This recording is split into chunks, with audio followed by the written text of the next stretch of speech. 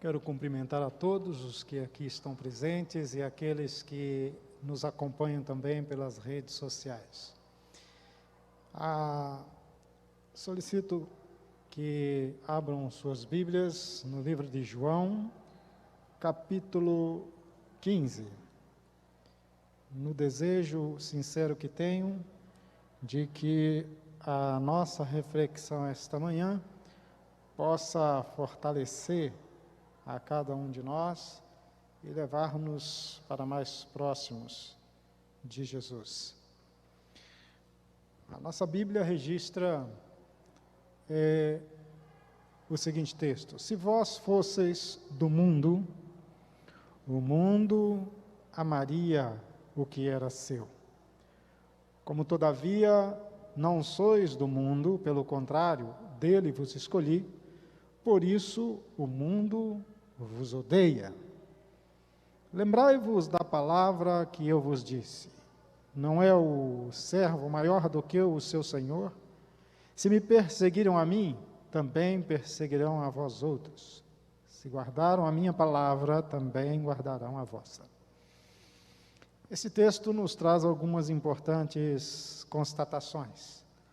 A primeira delas, observamos que há aqui o imperativo nas palavras de Jesus, segundo a qual eu e você não pertencemos ao mundo.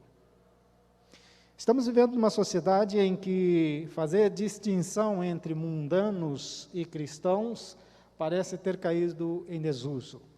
Não mais usamos quase essa palavra mundano para referir-se àqueles que não querem seguir os ensinamentos da palavra de Deus. E Jesus, taxativamente, ele disse: se vós fosseis do mundo, o mundo amaria o que era seu, mas, todavia, não sois do mundo, pelo contrário, eu vos escolhi. Ou seja, aqueles que foram escolhidos por Cristo terão como consequência imediata, segundo esse texto, o ódio do mundo contra si. E Jesus, então, assevera de forma contundente que o fato dele nos escolher faz com que o mundo nos odeie. Na sequência do texto, diz-nos: lembrai-vos da palavra que eu vos disse, não é o servo maior do que o seu senhor. Se me perseguiram a mim, também vos perseguirão a vós. Aqui temos, portanto, uma outra constatação que está intimamente vinculada à primeira. E a constatação é que aqueles que são escolhidos por Jesus, aqueles que estão relacionados à palavra de Jesus, aqueles que querem ser verdadeiros servos de Jesus, estão sujeitos a serem perseguidos. Aliás, necessariamente serão perseguidos. É por isso que o texto diz: olha, se perseguiram a mim, também perseguirão a vós outros. Timóteo, 2 Timóteo, capítulo 3, versículo 11 a 13, complementa-nos este assunto acerca de perseguição com a seguinte assertiva. Paulo diz: que variadas perseguições tenho suportado, de todas, entretanto, me livrou o Senhor. Ora, todos quanto querem viver piedosamente em Cristo Jesus serão perseguidos. Mas os homens perversos e impostores irão de mal a pior, enganando e sendo enganados. Observe que Paulo, ele fala não só de perseguições que ele sofrera, mas de variadas perseguições. E mais do que isso, ele diz: o Senhor de todas a me livrou, mas diz contundentemente que todos quantos querem viver piedosamente em Cristo Jesus, ou seja, uma vida religiosa intimamente relacionada com Cristo, serão perseguidos. Notem que é uma afirmação categórica, contundente, que parece não deixar aqui espaço para exceções. E na sequência ele diz que os homens perversos, ou seja, aqueles que não estão relacionados verdadeiramente com a palavra de Deus, que por ele é chamado de impostores, diz ele aqui que esses homens irão de mal a pior, enganando e sendo enganados. Bom, se até aqui vimos nos textos pronunciados pelo próprio Cristo, e por aquele que era um dos seus mais fidedignos servos, o apóstolo Paulo, eles estão sofrendo perseguições e dizendo que aqueles que se colocam do lado de Cristo também hão de sofrer perseguições. Há uma pergunta que se impõe: por que é que aparentemente não estamos sendo perseguidos? Mais um texto para ampliar a nossa consideração está registrado em Lucas, capítulo 6, versículo 26, e diz: ai de vós, quando todos vos louvarem, porque assim procederam seus pais com os falsos profetas. É impressionante como que as Escrituras trazem a interjeição do ai de vós, quando todos vos louvarem. Estamos vivendo num momento em que as pessoas estão sendo louvadas pelas suas pregações, por sua atuação ao falar da palavra. Costumo dizer que nós temos tido poucos pregadores e muito animadores de auditório, pessoas que têm ganho e ganham muito para fazer algo que deveriam fazer por amor. E são louvados, são elogiados, são exaltados, são afamados, estão enriquecendo cada vez mais ao invés de serem perseguidos. E essa interjeição serve de advertência: ai de vós, quando todos os louvarem. Por quê? Porque assim procederam os vossos pais em relação aos falsos profetas. Aqui a Bíblia está sinalizando que quando você está de fato comprometido com Deus e com o seu Evangelho, você não vai ter louvor como consequência, e sim contradição, perseguição, oposição. Não que não haverá pessoas que possam gostar e que possam lisonjear-se do fervor com o qual você expõe as Escrituras, mas a perseguição, segundo esses textos que lemos, ela é inevitável. Bom, a liberdade religiosa hoje, com base nesses textos que lemos, nos parece que ela está em contraste com a nossa realidade. Isso porque parece que não há perseguição hoje em dia. E em face da liberdade religiosa da que desfrutamos, ou as declarações da Bíblia estão equivocadas, ou a nossa percepção da realidade é que está prejudicada.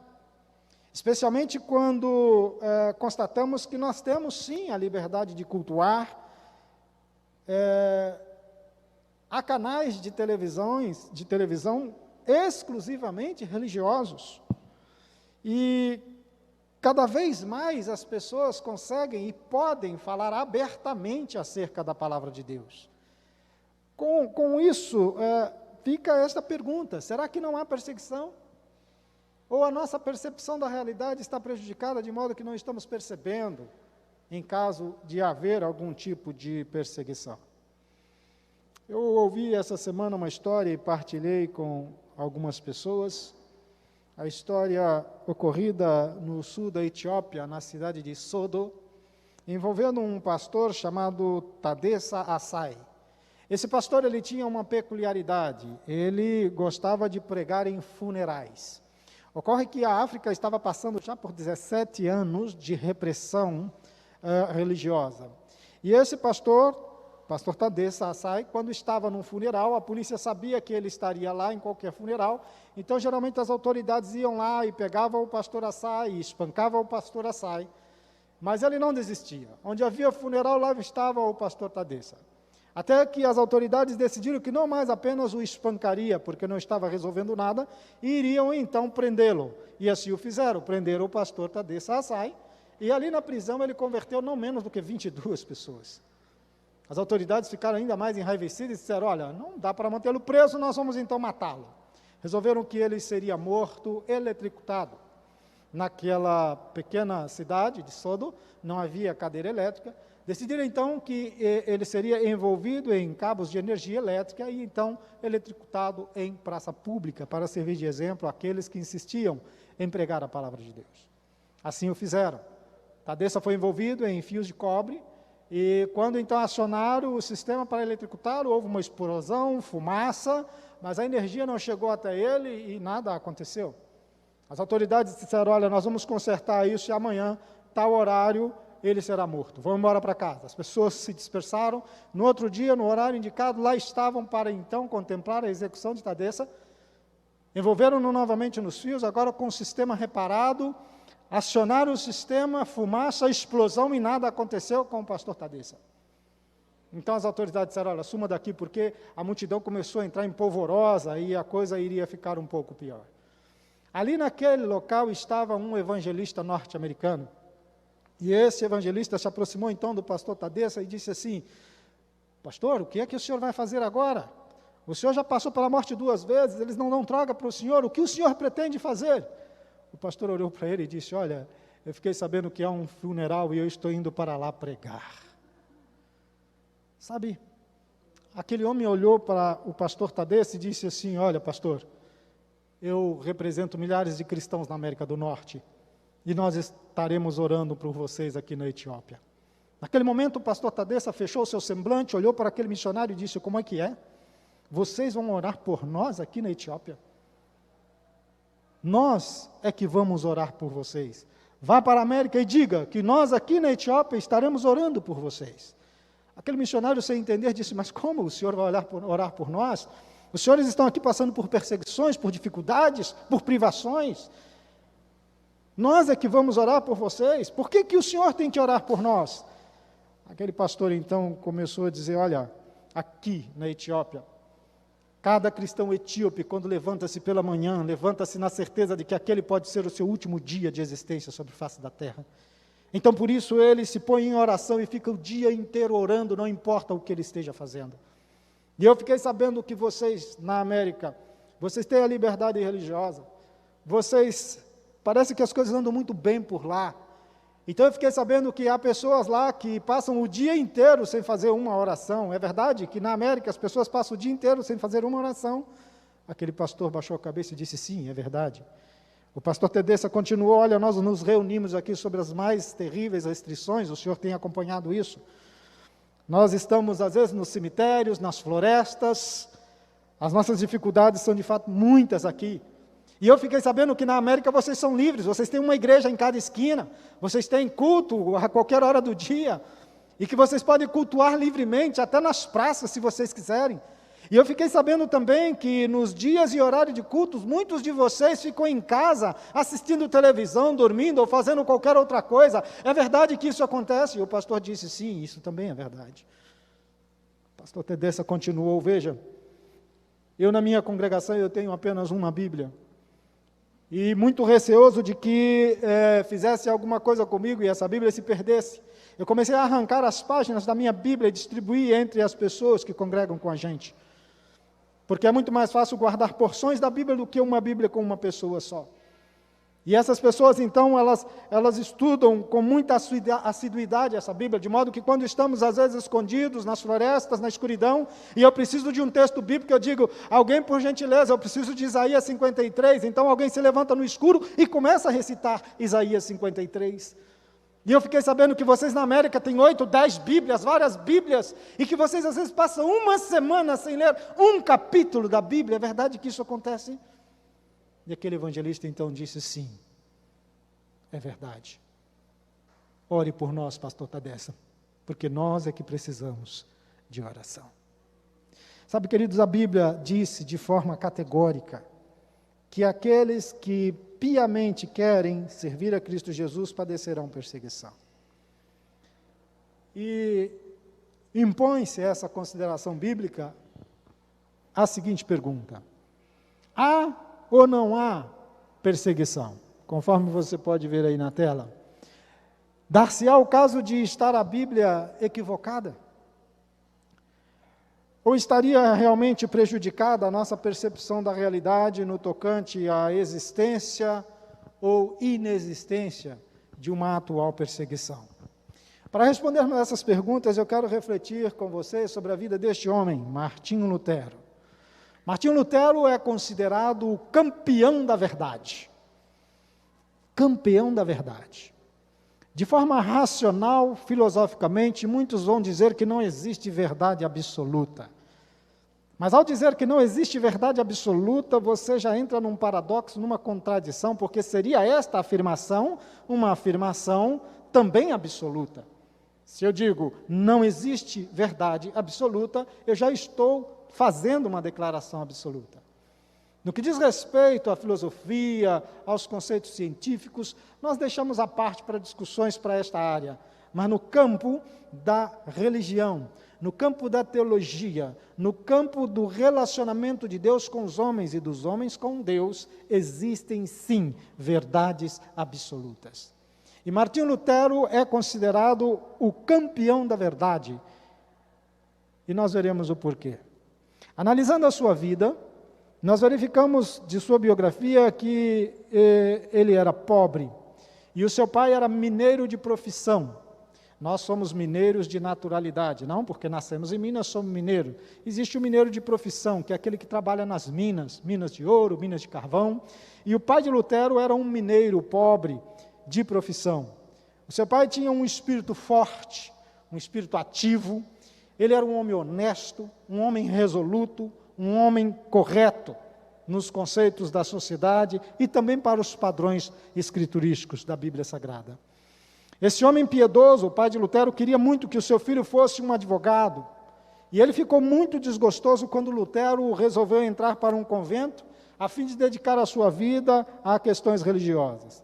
Esse fato foi tão grave entre ambos que precisou de mais de 2 anos para que eles pudessem se reconciliar. Dificuldades, privações e severa disciplina foram a principal escola na qual estudara Martinho Lutero.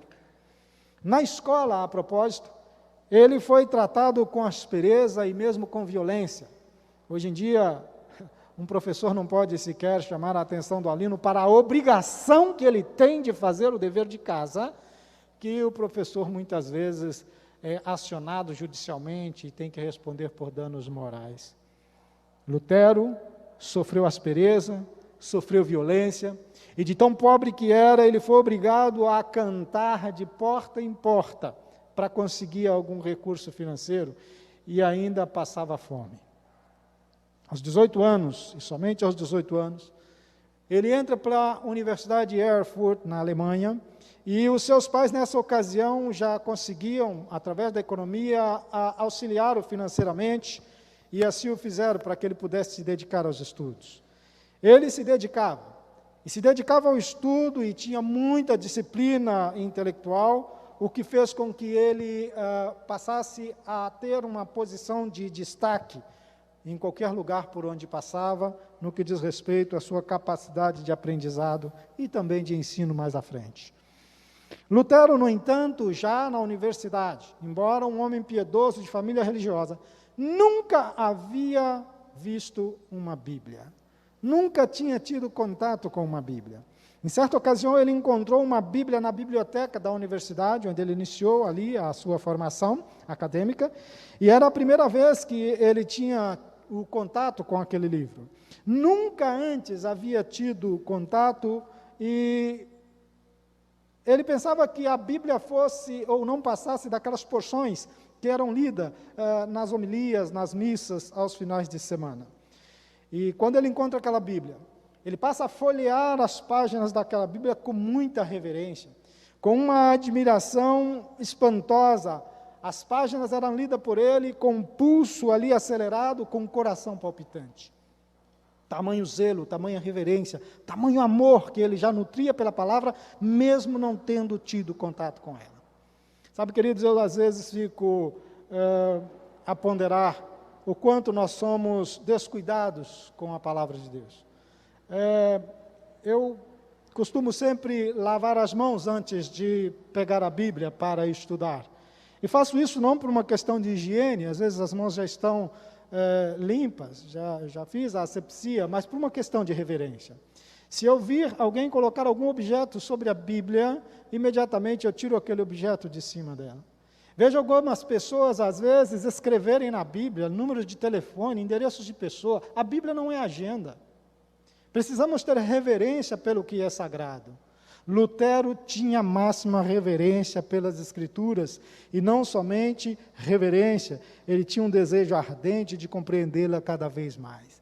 E acerca das Escrituras, Martinho Lutero certa vez declarou: quem dera me desse tal livro, quem dera Deus me concedesse a oportunidade de ter uma Bíblia.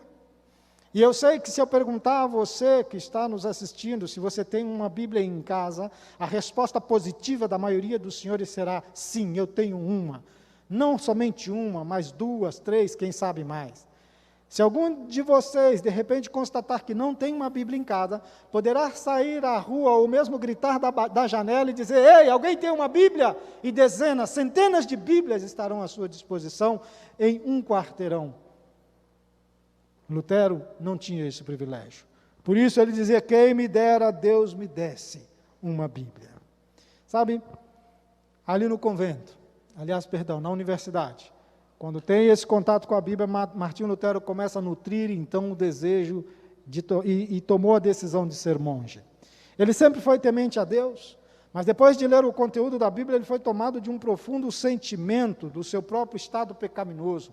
Ele se achava muito pecador, muito indigno, e esse sentimento de indignidade, de pecaminosidade, se apoderou dele de uma tal forma que ele sentiu o desejo ardente de se livrar do pecado e encontrar paz com Deus. E esse desejo foi um desejo de tal forma que ele decidiu entrar para um mosteiro a fim de se dedicar a uma vida monástica ali, enclausurado, preso dentro de um monastério.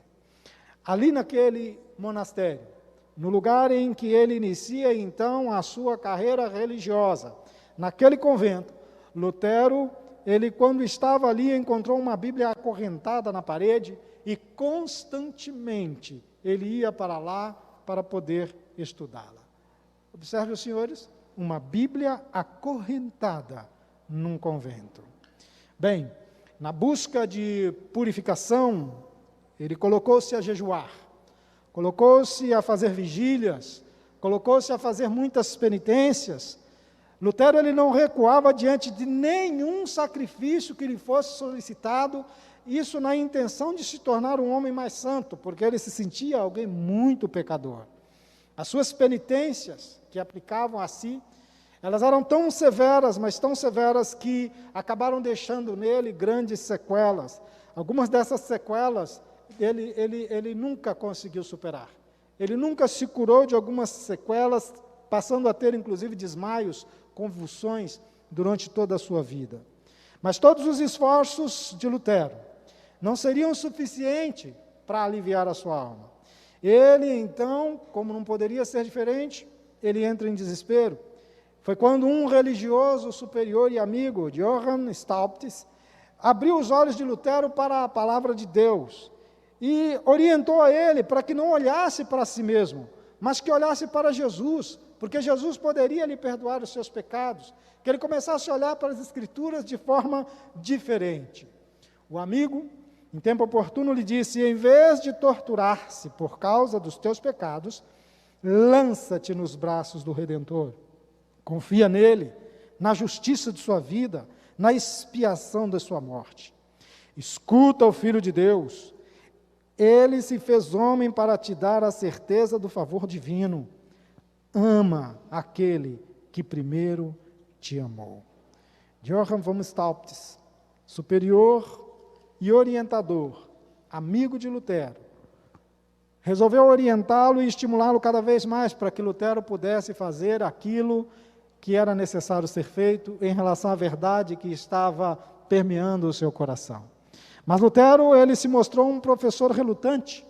Ele, quando foi ordenado sacerdote, finalmente, ele recebeu então um chamado para deixar ali o monastério, para deixar ali o claustro e exercer o cargo de professor na Universidade de Wittenberg. Ele foi para lá e então começou a se aplicar o estudo da Bíblia, agora nas línguas originais, hebraico, aramaico, grego. E aqueles seus estudos, ele preparava, a partir daqueles estudos, conferências, e fazia muitos estudos sobre os livros de Salmos, os evangelhos, e esses evangelhos, e mesmo as epístolas, por aquilo que Lutero ensinava, fez com que a mente de muitas pessoas começasse a se expandir em relação a esse conteúdo. As pessoas que o ouviam passavam a compreender melhor o conteúdo da palavra de Deus. Mas isso ele fazia em conferência, isso ele fazia ali como professor da universidade. E Johann Staupitz, portanto, insistia com Lutero para que ele subisse ao púlpito e pregasse a palavra de Deus, para que ele fosse ao púlpito e falasse as verdades da qual ele estava convicto. Mas Lutero hesitava. Apesar de ser um bom orador, apesar de ser um homem corajoso, apesar de ser um homem dotado de uma capacidade de fala e de compreensão e de conhecimento muito ampla, ele hesitava.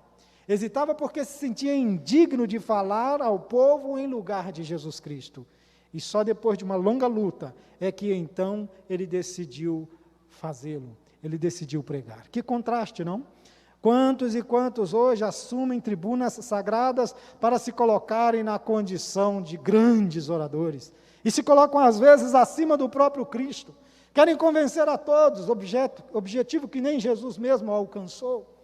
São pessoas que se colocam na posição de verdadeiros deuses do panteão, uns que se auto-intitulam apóstolos.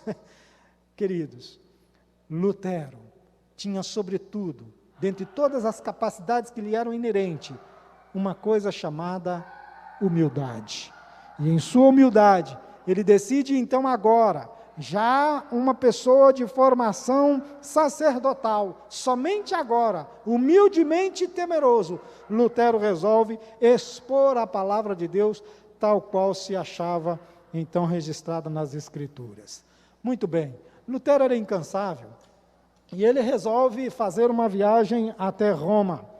E essa viagem, naturalmente, não existia os meios de transporte que nós temos hoje, porque nós estamos falando do ano de 1500, não é?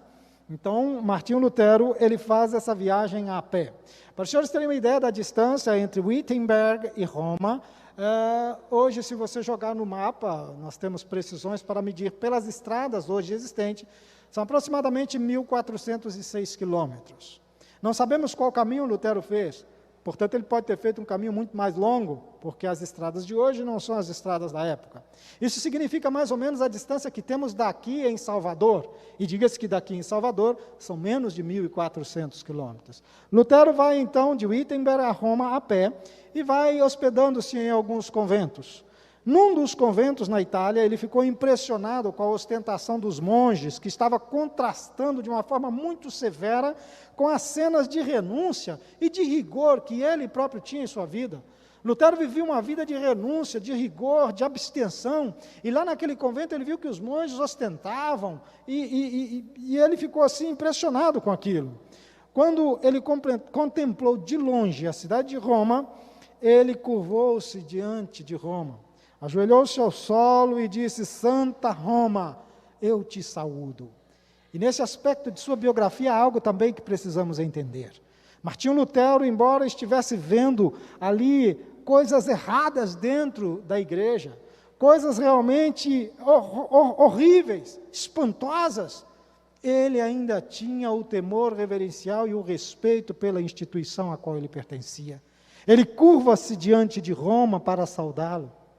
Queridos, isso nos mostra que eu e você também vamos encontrar muitas vezes no recinto em que congregamos, seja na igreja católica, seja numa igreja evangélica, seja em outro grupo de religião, você vai encontrar ali pessoas tortas.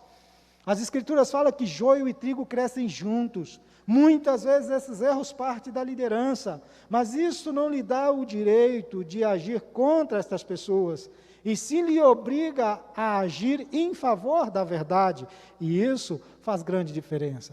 Você tem que se tornar, tal qual Lutero, um campeão da verdade, e não um dono da verdade. Portanto, Lutero, com todo o seu temor reverencial, ele segue a sua jornada, e quando chega em Roma, ele encontra o que podemos intitular de a Igreja do Pecado. Existe um historiador brasileiro, o Fernando Jorge, ele escreveu um livro intitulado Lutero e a Igreja do Pecado. Tenho esse livro em casa e recomendo a leitura. E por que tem essa constatação? Quando Lutero entrou na cidade, Por toda parte, ele via cenas que o enchia de espanto e de terror. Ele observava a iniquidade que existia entre todas as classes do clero, desde o menor religioso até o mais exaltado, havia iniquidade. Ele ficou horrorizado com a espantosa profanidade, mesmo durante a missa, mesmo durante o serviço religioso, mesmo durante as homilias, havia profanação. Ele então, deparando-se com muito desregamento, com muita libertinagem, literalmente, e assim Lutero, contemplando aquelas coisas, ele, indignado, declarou o seguinte: ninguém pode imaginar que pecados e ações infames se cometem em Roma.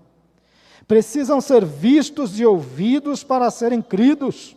Se eu falar, vocês não acreditam, vocês precisam ver para crer. Por isso, costumam dizer, se há inferno, Roma está construída sobre ele. É um abismo de onde procede toda espécie de pecado. Lutero, ao fazer essa declaração, temeu muito por si mesmo. Lutero acreditava que estas coisas, que às vezes ele sentia o desejo de falar, era a voz do demônio que lhe ficava falando na mente para insurgir-se contra aqueles dignitários da igreja. Foi muito difícil para Lutero levantar a sua voz contra os erros de sua época. E às vezes, em contraste, nós vemos as pessoas com muita facilidade, criticando líderes, criticando pastores, criticando bispo, criticando reverendo, criticando os padres, mas nada fazendo para que haja uma mudança concreta, uma reforma que deve começar por si mesma. Lutero, finalmente, ele começa a encontrar-se com Deus, vamos dizer assim, de uma forma mais concreta e absoluta. Havia um decreto do Papa prometendo uma indulgência, ou seja, um perdão, a todo que subisse de joelhos às escadas de Pilatos. Era uma escada que estava em Roma, que dizia-se ser a mesma que Jesus subiu, e que aquela escada havia sido miraculosamente transportada para a cidade de Roma. E o Papa, então, prometeu uma indulgência para que todo aquele que subisse essa escada de joelhos receberia o perdão.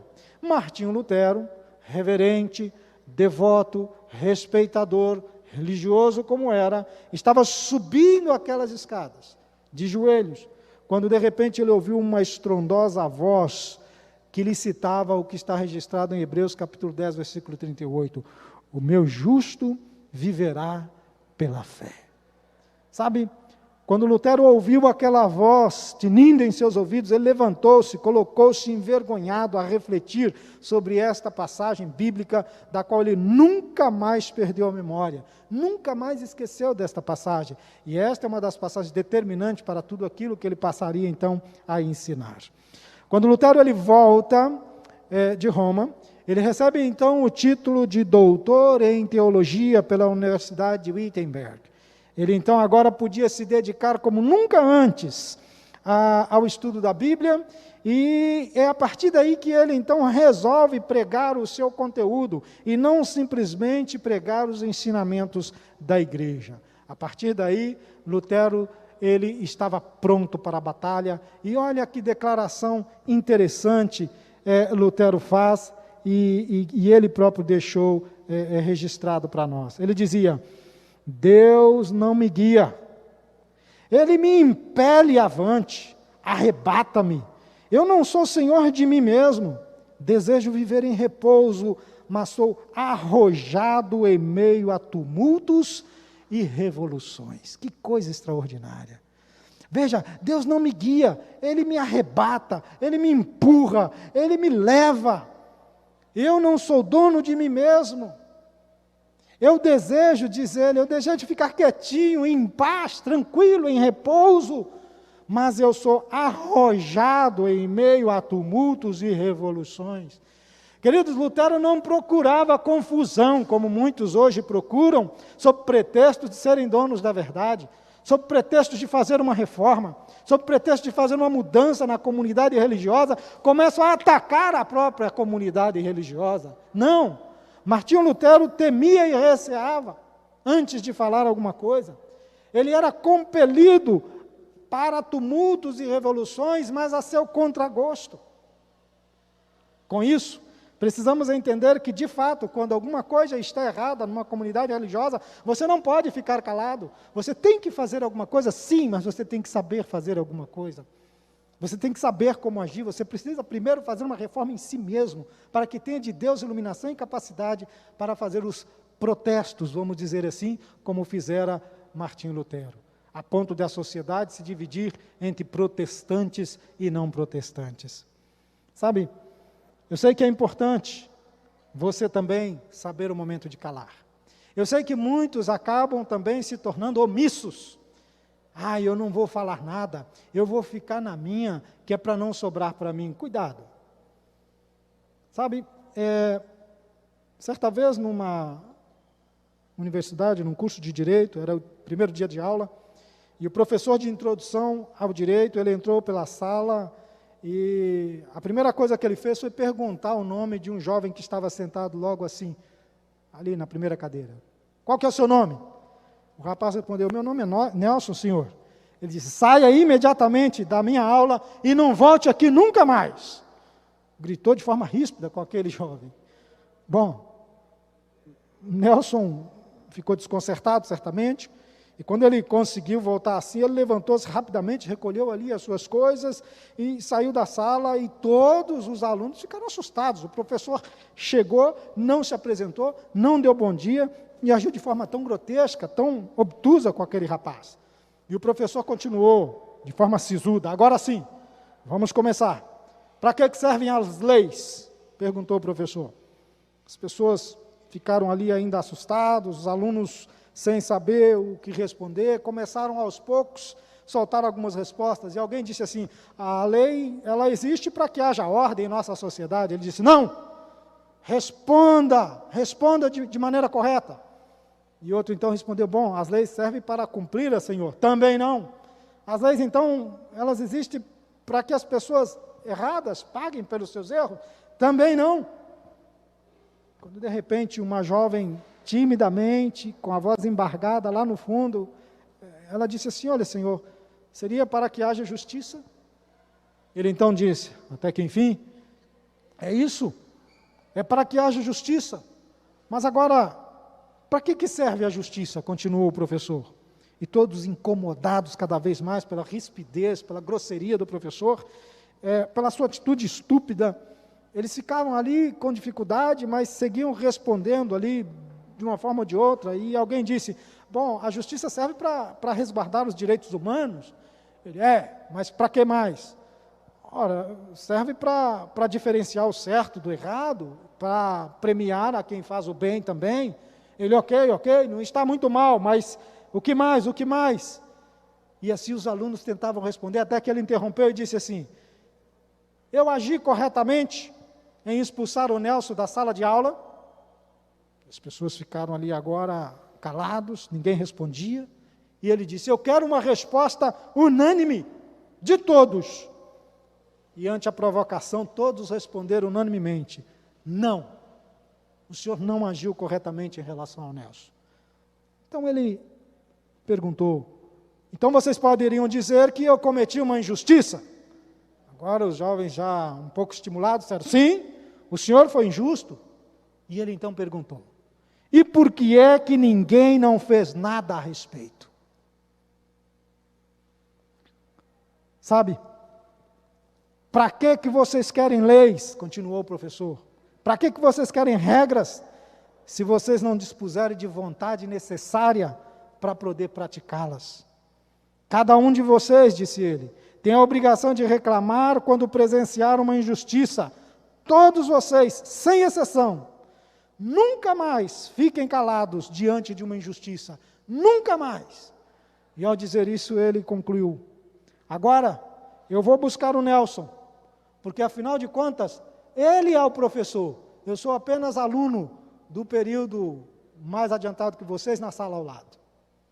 Sabe, essa experiência nos ensina que quando nós não defendemos os nossos direitos, ou o direito de outrem, nós perdemos a dignidade. E a dignidade não se negocia. Eu milito diariamente com o judiciário e eu não transijo com a dignidade quando ela parte dos fundamentos do direito. Agora, quando você e eu conhecemos a verdade e não defendemos a verdade, nós não corremos o risco de perder apenas a dignidade, nós corremos o risco de perder a salvação. Paulo, na primeira carta aos Coríntios, capítulo 9, versículo 16, ele disse: se anuncio o evangelho, não tenho do que me vangloriar, pois sobre mim pesa essa obrigação, porque ai de mim, se não pregar o evangelho. Voltando a Martinho Lutero, para fecharmos o nosso raciocínio. A cobrança de indulgências era um mal que foi estabelecido na igreja para erguer a Basílica de São Pedro. E as pessoas então pagavam para ter os seus pecados perdoados. E foi exatamente a cobrança de indulgência que fez de Lutero um inimigo. Não que ele quisesse se tornar inimigo da igreja, mas isso o colocou na posição de alguém que se tornou inimigo desse episódio, dessa iniciativa que de tão terrível ela chegava a ser perversa. O Papa estabeleceu um cobrador de indulgência chamado Johann Tetzel, que coordenou as cobranças, afirmando que pagando se poderia ter pecados perdoados, tanto os do passado quanto os do presente, e ainda os pecados do futuro, ou seja, aqueles pecados que a pessoa ainda iria cometer. Se você pagasse ainda mais, os pecados de parentes que já eram mortos poderiam ser perdoados. E segundo se propagava, tão logo a moeda caísse ali nos cofres da indulgência, a alma sairia do purgatório diretamente para o céu. Milhares de pessoas, em razão disso, passaram a comprar a salvação. Comprar a salvação com dinheiro. Será que hoje também não temos coisas semelhantes? Igrejas e mais igrejas pregando o evangelho da prosperidade. Se você der dinheiro, Deus vai te abençoar. Se você não der, o devorador vai comer.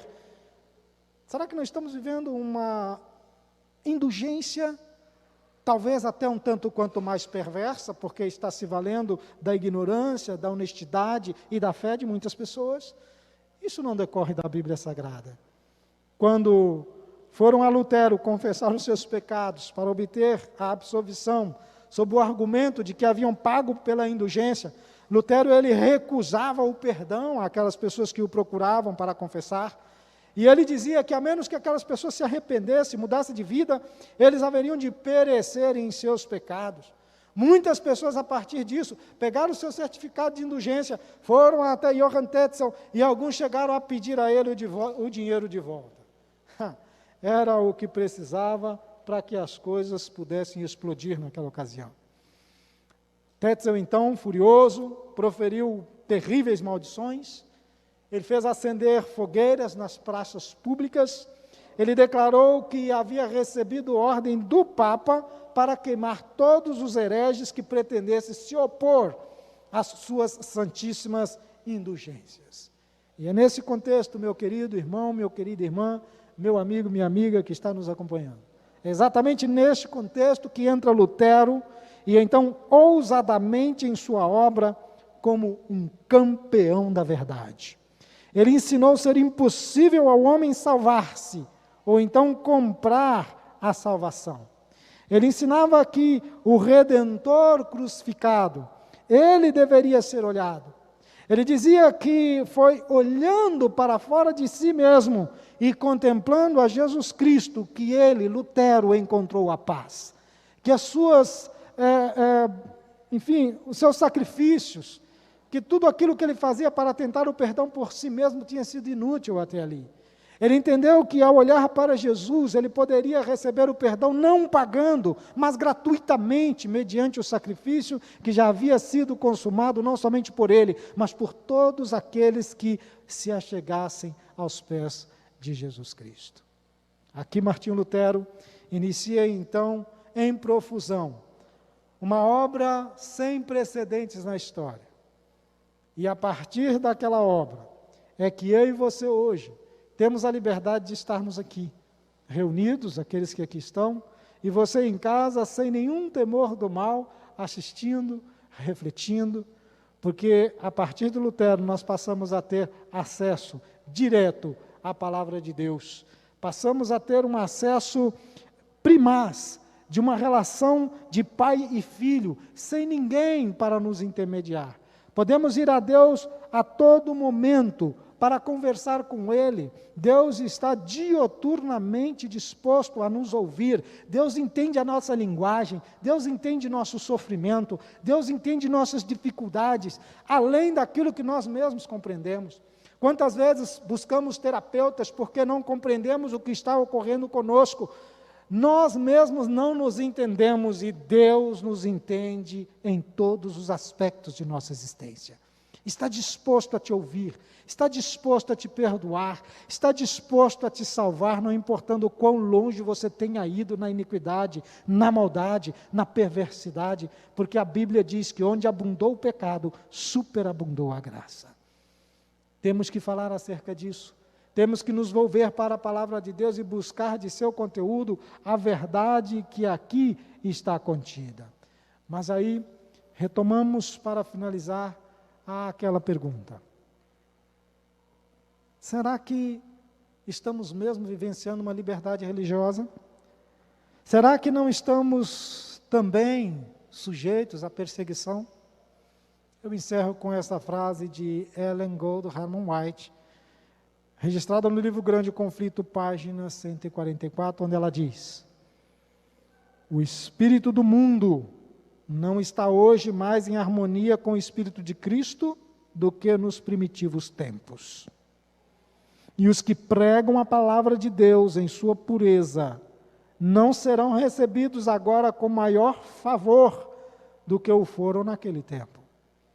As maneiras de disposição à verdade pode mudar, mas o mesmo antagonismo ainda existe e se manifestará até o fim do tempo. Com isso eu quero deixar para os senhores aqui um termômetro. Será que estamos de fato em harmonia com o Espírito de Cristo e pregando verdadeiramente o conteúdo da palavra de Deus? Ou estamos pregando qualquer coisa que a ela se assemelhe e por isso não estamos provocando perseguições? Que o Senhor te abençoe e te guarde. Que o Senhor faça resplandecer o seu rosto sobre ti e tenha misericórdia de ti. Que Ele sobre ti mantenha brilhando o seu rosto e te dê a sabedoria, a inteligência, o discernimento e a paz. É meu desejo e oração a todos. Amém. Eu quero encerrar com uma prece para que Deus possa vos abençoar. Soberano Deus, nosso Pai, nós te agradecemos pela obra que o Senhor fez por intermédio do irmão Lutero, por tudo que o Senhor proporcionou a ele em termos de segurança, de sabedoria, de entendimento e também de luz, para que ele pudesse fazer uma obra sem precedente e nós pudéssemos hoje ter ao nosso alcance todo o conteúdo da Tua palavra. Auxilie-nos, para que tal qual ele possamos também em nosso tempo, em nosso lidar, sermos verdadeiros campeões da verdade, pavimentando o caminho para aqueles que virão depois de nós. E que dessa forma possamos nós todos, unidos, pavimentar o caminho para que quando Jesus voltar, possamos recebê-lo com alegria e sermos com ele transportados para o mundo da eternidade. Perdoa os nossos pecados, ampara-nos por Tua misericórdia e graça, continue conosco, em nome de Jesus. Amém.